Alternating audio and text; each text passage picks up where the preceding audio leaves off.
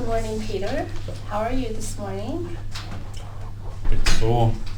Bit sore in the back still? My hip, yeah. Yeah, I heard from the nurse that you're gonna be discharged soon. Got any plans leaving the hospital? Well, not really, no. Not really. So how are you gonna where are you going back to housing assays unit to stay there? Are things going well? Do you think you can manage to be well there? Well, if I'm well enough to get out of hospital, yeah. Yeah. So you had a fall, so that's why you came here. Was it pretty? So how was it like going through all the hospital scenes and? Usual. Yeah, a young arrogant wanker come in and tell you you've fallen over. That's sorry to hear. So have any of your friends come and visited you during the stay? Oh, Dave's come in maybe once or twice. Dave? So are you close friend with him? Oh, he's a bit of a dickhead. Ah. Okay. So how about other things? How's your diet, your eating? Hospital food sucks.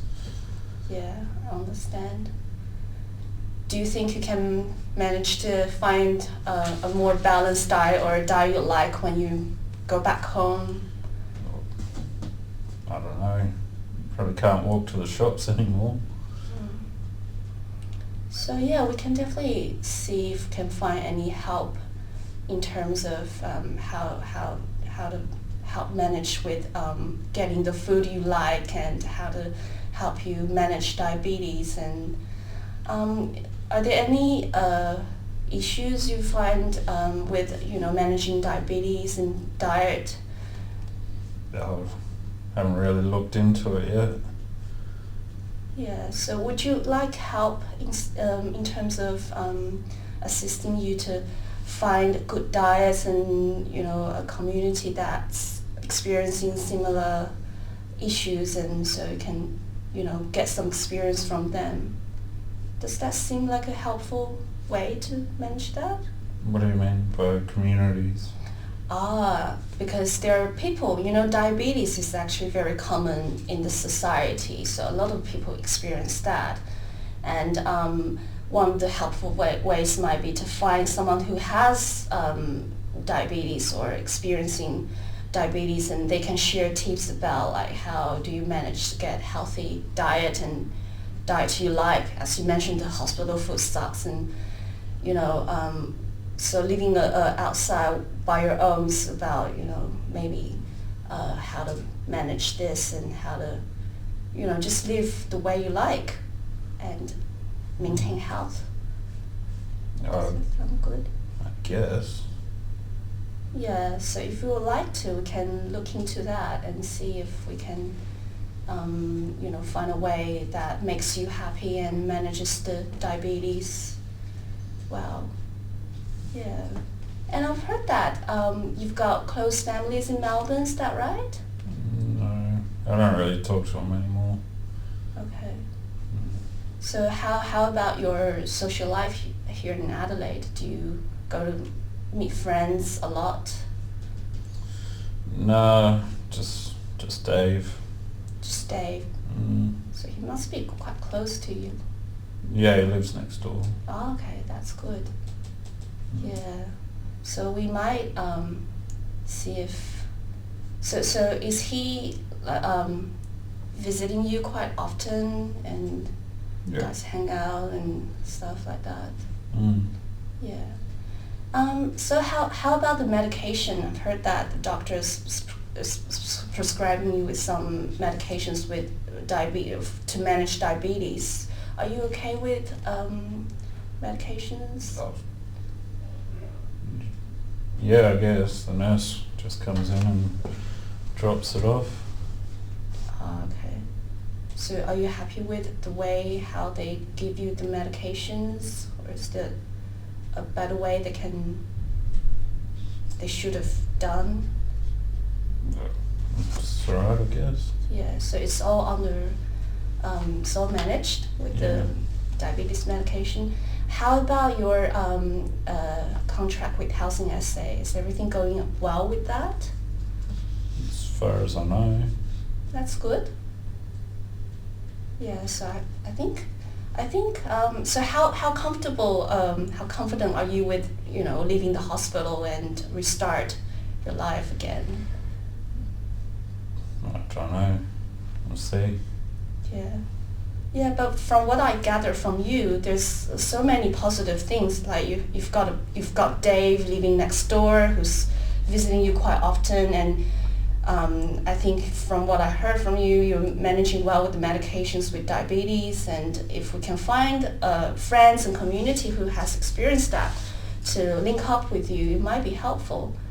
And yeah, do you think it's going to be positive when you're discharged from the hospital? Have to wait and see. Yeah. So now we know about the medication with diabetes and housing and stuff, and is there anything else that you need us to provide any assistance? Like what? In terms of like living and accessing food and stuff, can you think of anything that we might be helpful to you? Getting rid of my diabetes so I can go to the pub. Not sure if that's possible, but diabetes is certainly something that a lot of people experience, and you've got to understand it's not a part of you, and it might stay for a while, but it's not about who you are. So we can try to manage that. We've got a lot of patients who experience diabetes, and it's a common thing right now. So we can help you to find a way to live a healthy lifestyle and see how you can manage that diabetes that's affecting you. Would that be helpful? Yeah? That's good. So anything else you think that we could possibly provide some support to make things a little bit better? I don't know. So is your hip get healed fully, do you think?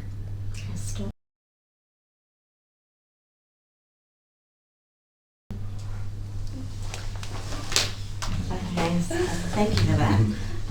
Do you want to go first? Yeah. You're a bit nervous? Yeah. I could see. Yeah, you addressed the main issues of the supporting him at home, like food and having a friend to support. Could have went a little bit deeper into his mobility around the house, because after surgery nothing will be the same really. But you were getting to that point anyway. And then the connection with his family. You didn't really address why, how the diabetes had come about, which we weren't really heading in that direction anyway, but it's an important underlying issue for Peter. He's depressed and turned to drinking, and then got diabetes from drinking too much. So, but again, you would have gotten there if you had kept going with meetings. But you've done quite well. Thank you. Yeah, that was really good. Yes, so you certainly came in very warm, approachable, which was lovely to see that. You did ask questions from the get-go, but I think you could have slowed down with the question asking, because part of the narrative approach is listening, and from the listening part, creating your next question. So from where I'm sitting, you had all these questions ready to go, So I think you missed some really critical cues. That's around the diabetes. There's two things that you could have followed up a bit further. One was, I want to get better so I can get back to the pub. And so you had a lot of knowledge about diabetes. You should have known a pub is where people go to drink, hence it's going to have a negative effect on his diabetes.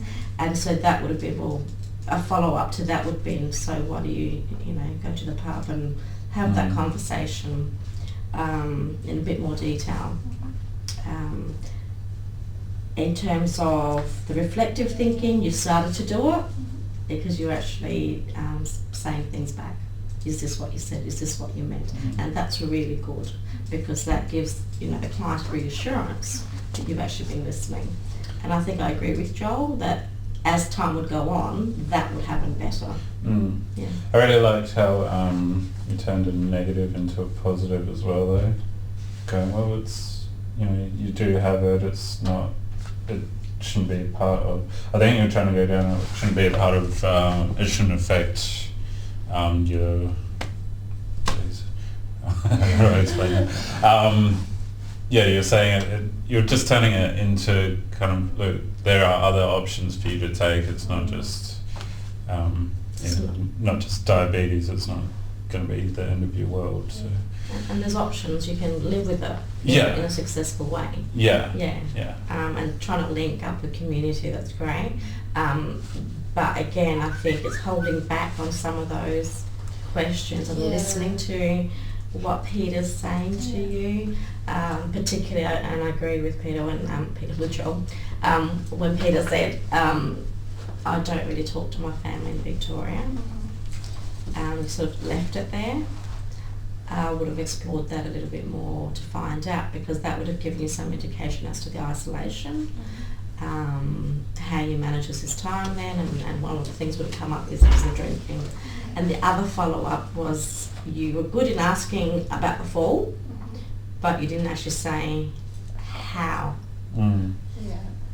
You asked about the hospital experience, and I think if you'd picked up on that one, that would have led you into a really different dialogue, and you would have had a better picture about what was actually happening in his life.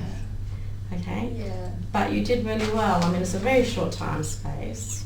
And you're touching on things like, you're understanding, you're very warm, you're being empathetic. You started to pull the problem out. This is diabetes, but you know what? You can still have a really cool life.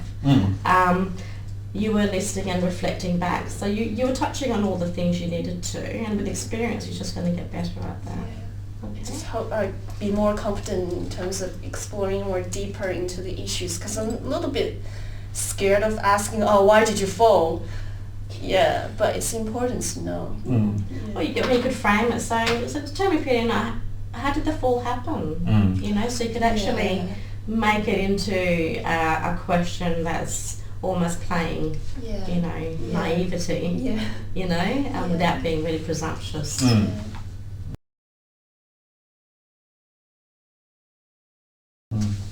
So how did you feel through this process? A bit nervous, but and sometimes I feel like I'm trying to find something to ask Peter, but still I think I should try to explore things a bit deeper, so this is definitely going to be helpful for me. It's okay to have time to think, but there is a limit kind of to before it starts getting to an awkward silence. So it's okay to have time to process and go, okay, let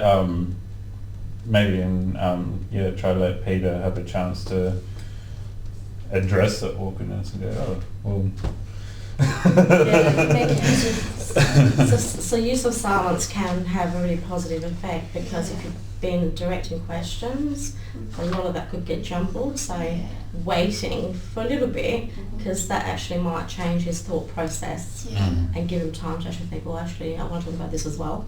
So silence is actually really good. And when we're talking about culturally appropriate practice, you're encouraged, obviously, that idea, which is a deep listening, so you're actually connecting, but also the silence is using them to allow the person to engage. Okay.